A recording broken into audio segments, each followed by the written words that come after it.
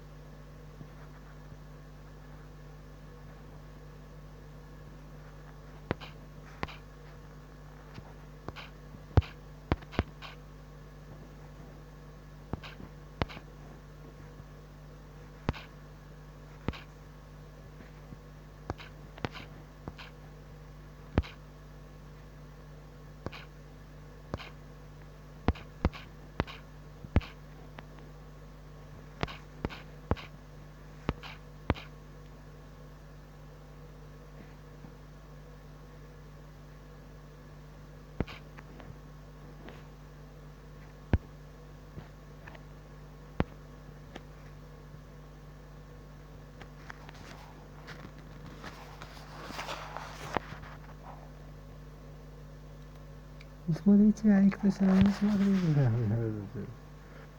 Не включайся, давай.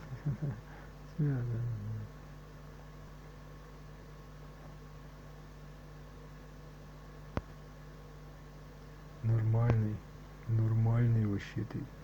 Кошмаришь. Вот я просто уже понял. Кошмарысь. Кошмар. Тычка. Что? Наконец-то.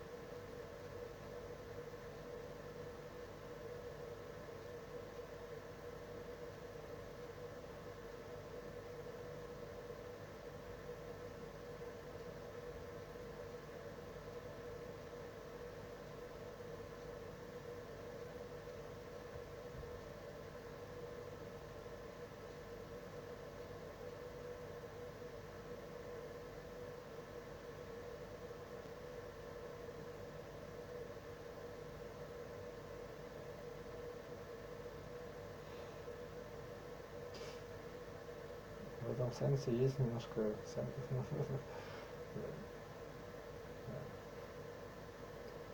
наоборот. Кто это я? Кто это я?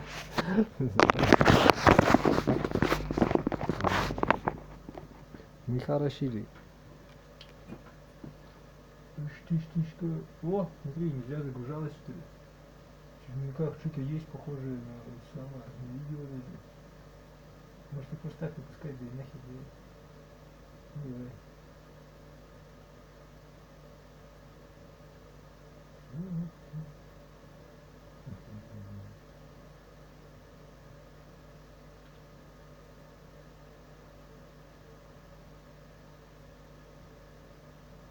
Может, они из этого и бежат, что там всякие ссылки будут.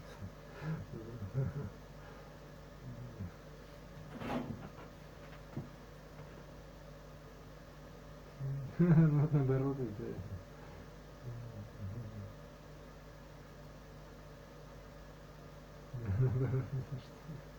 Какие-то непонятные.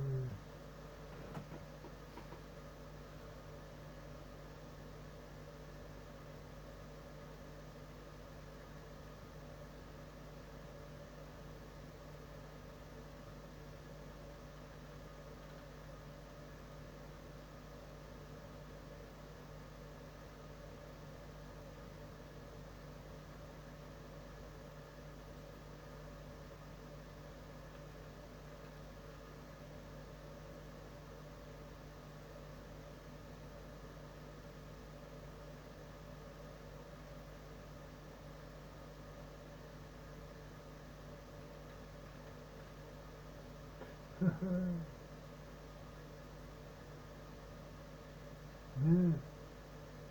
свежая это самая штучка.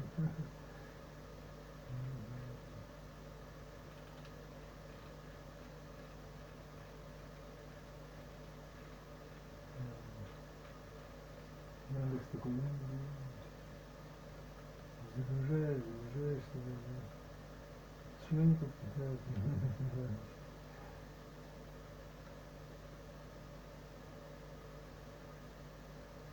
Вот это о себе такое.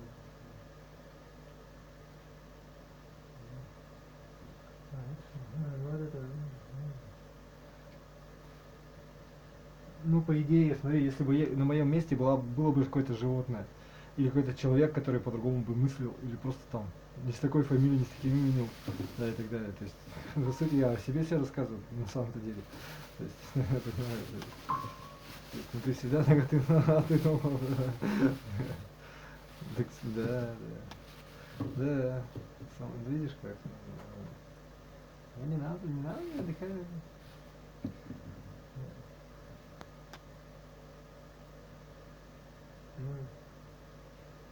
Да, понимаете.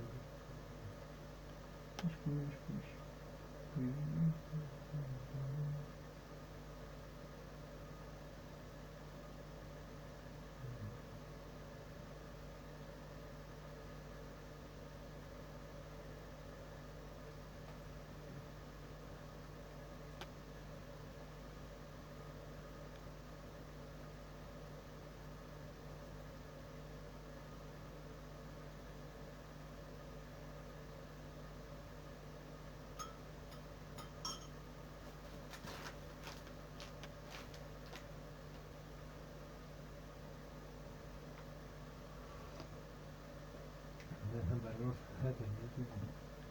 Да, да. Ну ладно.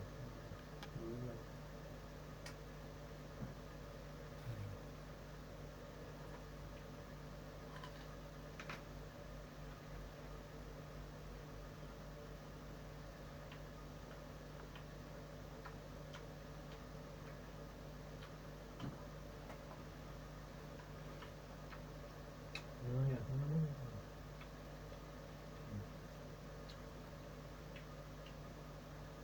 Опа. Пушкин.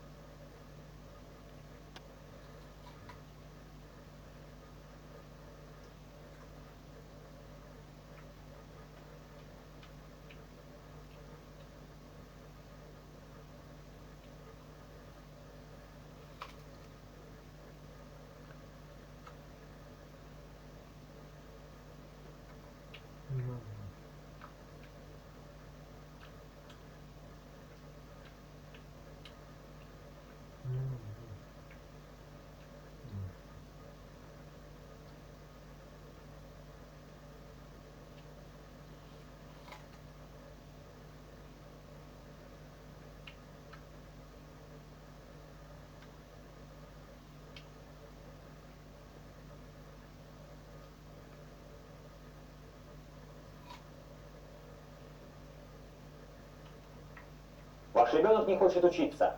Вы устали с ним делать домашние задания. Переживаете за его будущее. Он ничего не хочет, а вы устали работать на репетиторов. Все эти проблемы преследуют родителей. In this recording, we'll be taking a look at sonata allegro form, one of the most important forms.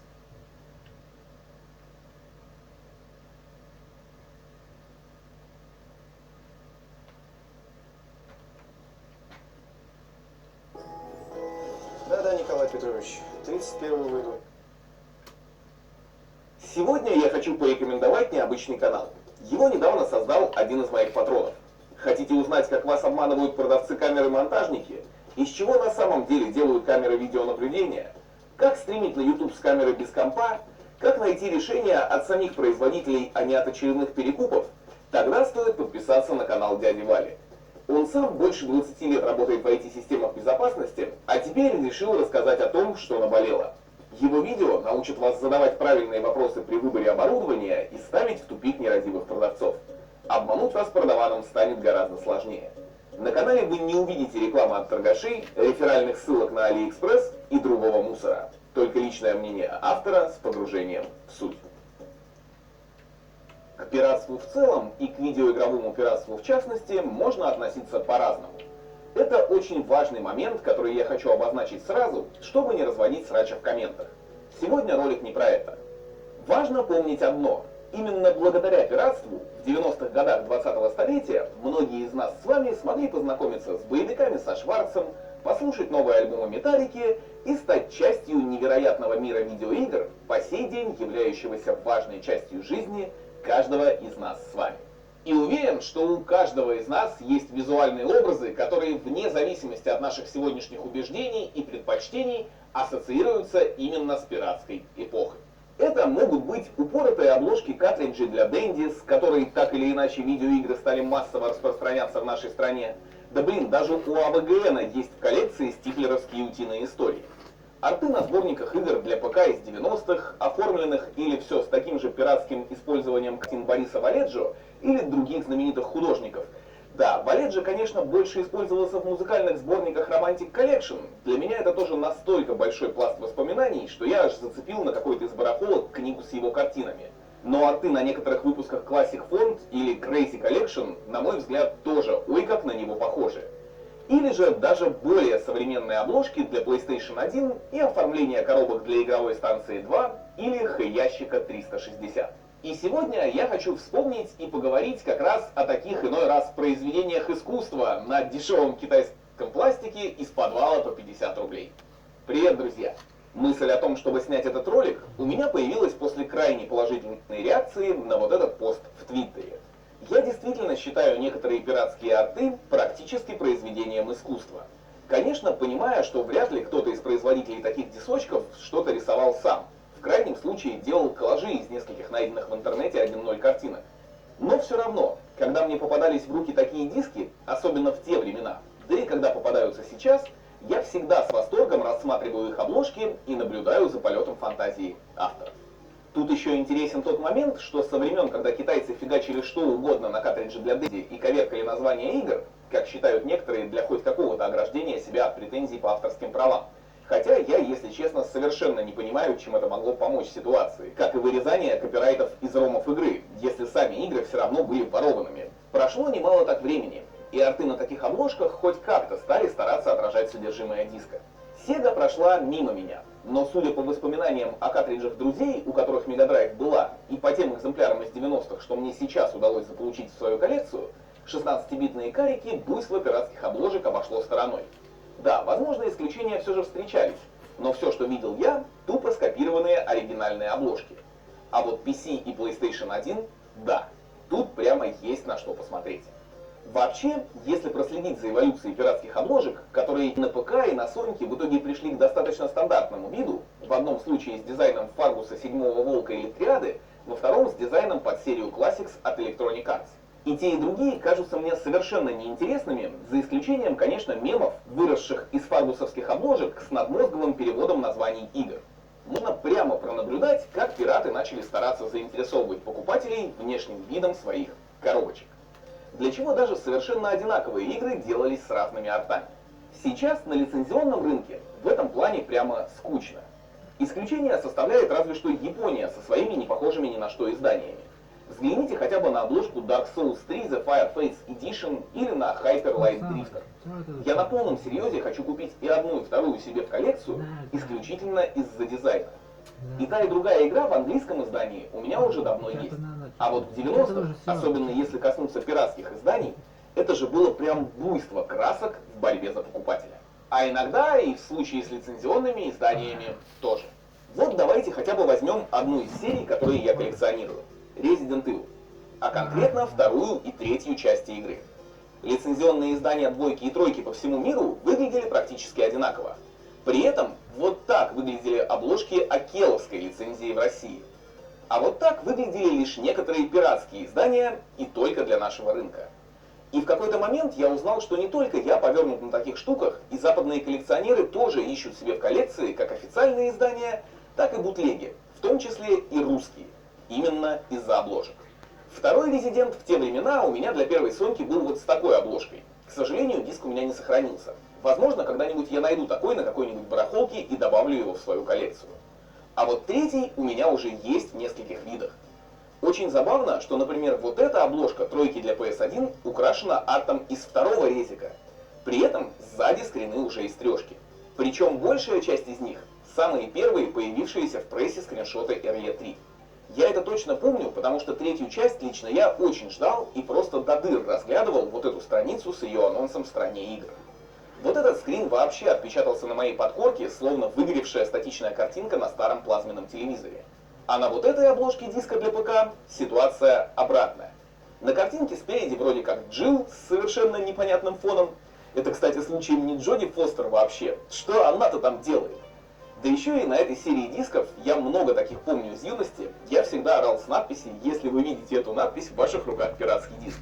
Я так понимаю, что пираты из конторы «Русский проект» планировали клеить сверху на нее голографическую наклейку, типа лицуха.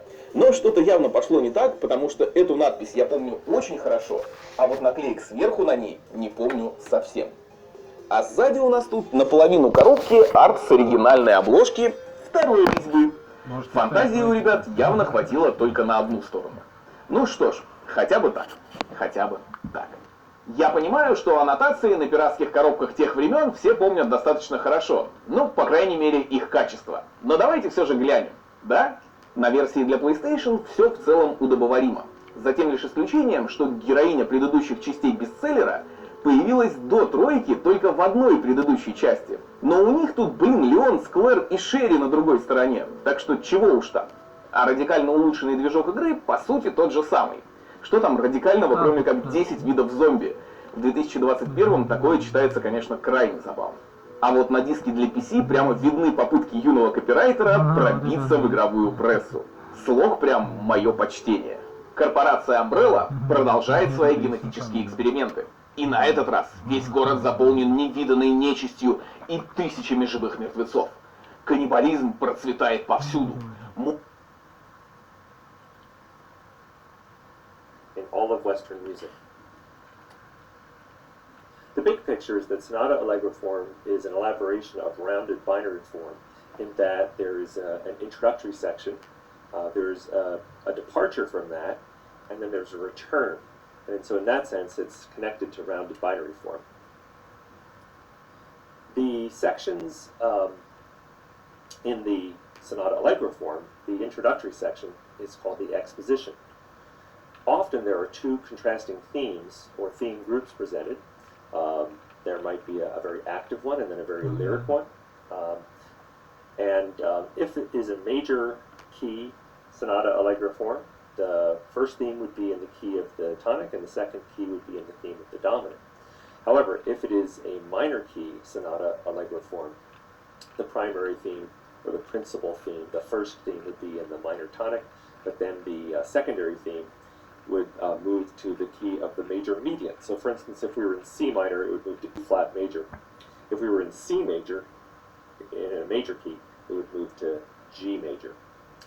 So we're going to use the term theme groups, though, although some people referring to these themes will call them principal and secondary, primary or secondary theme. In the second section, where we move away from that introductory material, those two themes, or theme groups, in sonata allegro form, it's a development rather than a movement to a second theme like in grounded binary. The development section is a chance for the composer to work out the potential that was inherent in those initial themes that were presented back in the exposition. It's often a chance to show off the composer's ability to manipulate those themes. So it's an economic approach in that there's not new material presented, but rather material based on previous stuff. So it's a recycling or a repurposing of that material. Tension, though, is increased because of all of the manipulations, and especially because there's usually further modulation to several different key areas, related key areas usually. But at the very end of all of this, usually the composer has moved to the dominant so that he's prepared to return to the introductory material. When the exposition material returns, it's called the recapitulation. And in classical period sonata form, the recapitulation was almost verbatim the same as the exposition. However, there's one important change, and that is that rather than the principal theme moving to another key area for the secondary theme, in the recapitulation, both theme groups would stay in the tonic key in order to strengthen the sense of resolution. Perhaps there'd also be a coda or a codetta or some kind of closing material. So here's the big graph, the exposition where the initial material is exposed to the audience, the two theme groups, and then a development section where those where kernels, the seeds that were planted in the exposition are then developed and their potential is worked out, movement to various keys, major and minor. So there's a lot of sense of tension or motion or excitement building. The end of the development winding up on a dominant so that we could then move to the recapitulation, the return of the opening material, a familiar sound, satisfying for the audience to hear that return. And that recapitulation is almost the same as the exposition, except that the second theme group, instead of modulating to either the dominant or the major median, it's going to stay in the tonic. So the composer has to do a little bit of re-engineering of the transition material between those two themes. So you can see it's a nice balance, A, B, A. You can sense that classical composers like this kind of symmetry, and the sonata allegro form does come from the classical period. Speaking of classical period, the idea of having a dramatic narrative where the principal theme could be thought of like the protagonist, and the secondary theme could be thought of like the antagonist, and then those two themes, maybe there's Batman and then the Joker is the secondary theme, and during the development they have their conflict, but there's some kind of a resolution and a return to our hero at the end. So there's a classical dramatic narrative. That's one reason why the sonata allegro form is associated with the classical period.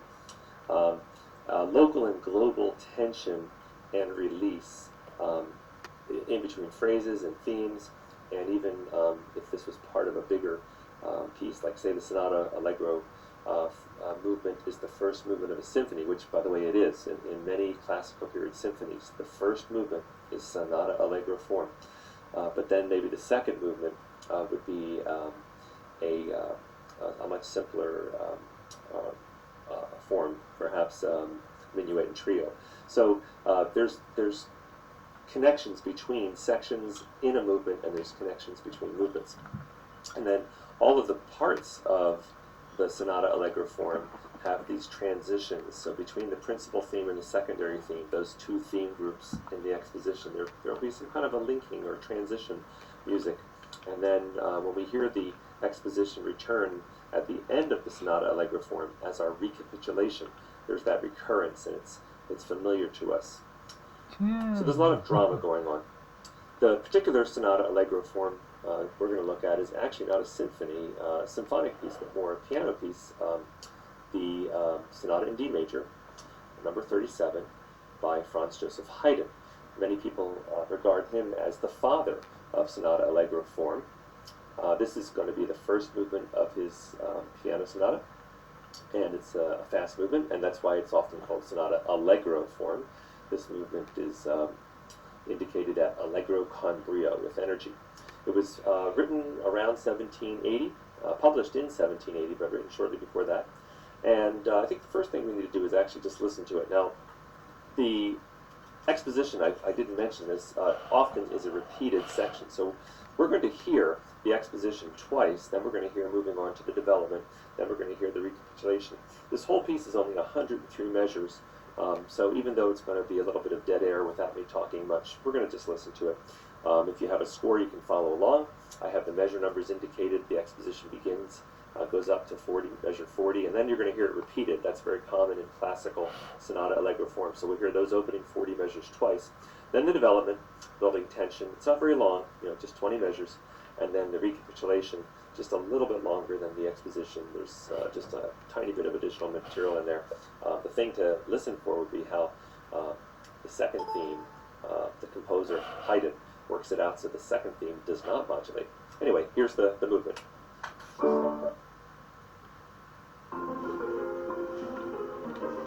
Да. На встрече буду. Ага. Да, можешь,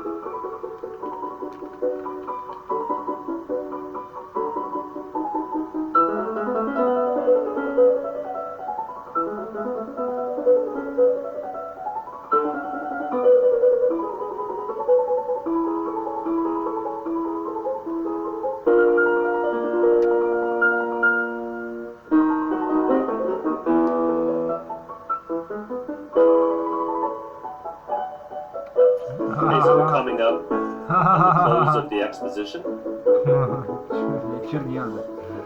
And now we go back to the beginning.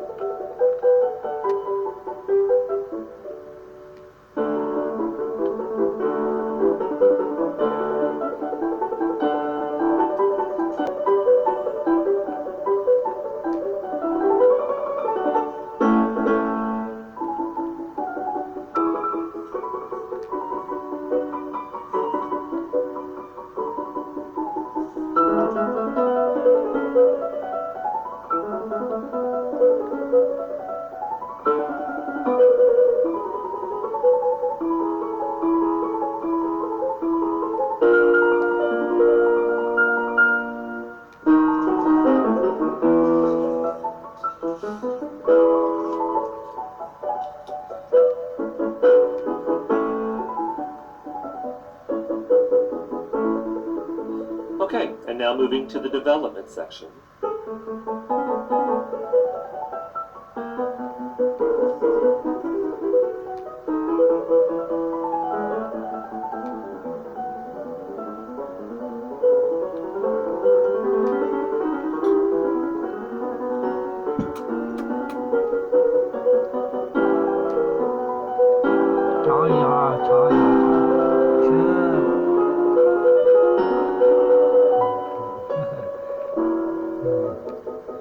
And this is winding down and back to the opening material, the recapitulation. Старый уже, просто старый. А, это что-то я такое не помню.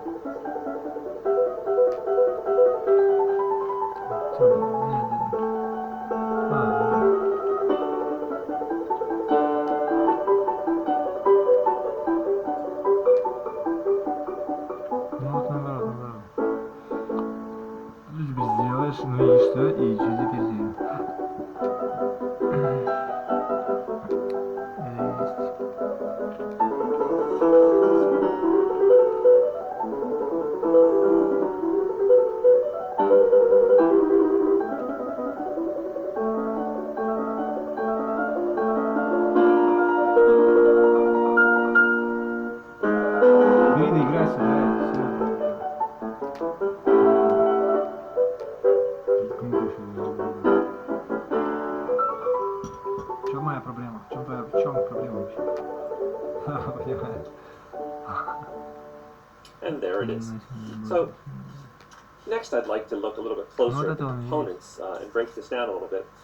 For the purposes of this particular sonata, I'm going to use the term group rather than theme or theme group. You'll see why as we look at the particulars, but you can think of the first group as the principal theme or the primary theme, and the second group as the secondary theme. They're not really contrasting so much in this piano piece. And then there's some closing material for the exposition, and I'm going to call that the closing group because another theme is introduced there, but just briefly and entirely as closing material. So you're going to notice that this is in the key of D major. So by the time we get to the end of the first theme group, you're going to see a dominant, and the second theme group is going to be in the key of the dominant, which means in the key of D major. This is sonata in D major. What's going to get us to that dominant is the introduction of the note G sharp. Right? In the key of D major, we have two sharps, F sharp and C sharp. But if we want to suggest the key of the dominant, which is the key of A major, we're going to need to introduce that G sharp. So we'll watch for that to happen.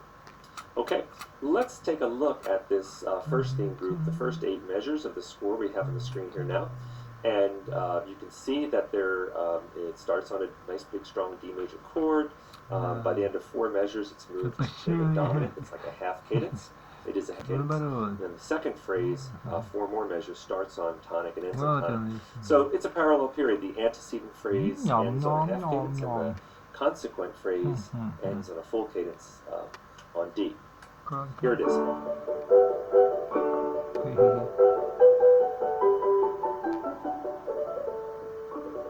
Reduce that G to that dot. By the time we get to the end of the first theme group, you're going to see a dominant, and the second theme group is going to be in the key of the dominant, which means in the key of D major. This is sonata in D major. What's going to get us to that dominant is the introduction of the note G sharp. Right? In the key of D major, we have two sharps, F sharp and C sharp. But if we want to suggest the key of the dominant, which is the key of A major, we're going to need to introduce that G sharp. So we'll watch for that to happen. Okay, let's take a look at this first theme group, the first 8 measures of the score we have on the screen here now. And you can see that it starts on a nice big strong D major chord. By the end of 4 measures, it's moved to the dominant. It's like a half cadence. It is a half cadence. And then the second phrase, 4 more measures, starts on tonic and ends on tonic. So it's a parallel period. The antecedent phrase ends on a half cadence, and the consequent phrase ends on a full cadence on D. Here it is.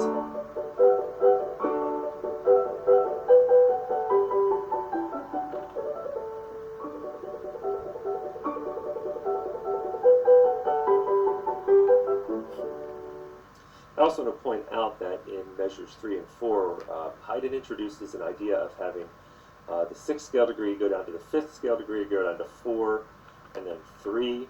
So if we're in D, da da da da, 6, 5, 4, 3, that becomes something he's going to use in developing this piece later on. So I just wanted to point that out. It's also in, what would this be here in treble clefs? The D up to that B would be a major 10th. Or you could think of them just as thirds, major thirds. These descending thirds or major 10ths, we'll listen and observe that Haydn exploits that. So something he's introduced early on, we're going to see again later on. Okay, after the first 8 measures, there's some transition material. We're going to get a sense of motion, and the motion is that we're actually heading towards the dominant. And in the classical period, especially a composer like Haydn or even Mozart, they really make it clear when they're at the end of this transition and we're ready to introduce the second theme. You're going to hear this yum, dum, da, dum on the dominant. That's going to be very, very clear. Let's look at it harmonically. It starts on D, it moves to A. There's that 6, 5, 4, 3 again and again, at least twice in the middle of this. And let's listen to it.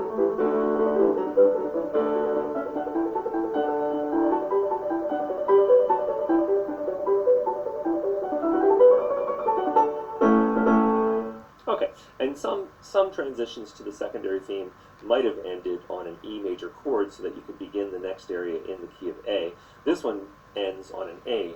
I don't know if you want to call it an A major chord, but certainly the note A, yeah, dum, da-dum, very strong dominant feel. But it does set up the dominant. Okay, so we move into the second theme group, and I've divided that into two sections. We'll call them 2A and 2B. The first, measure 17 through 21, is 2A, and 22 to 34 is 2B. Notice that we're starting with C sharp and E here, and then A up here.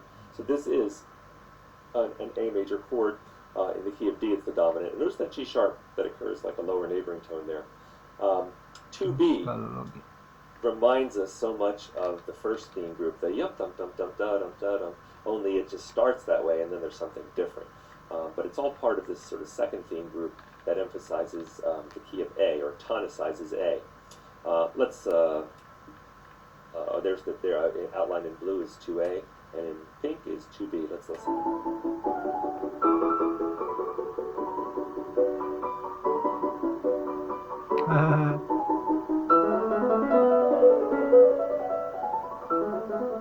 Okay, and there's some ascending thirds, again, connected in a way to the thirds we've heard used before.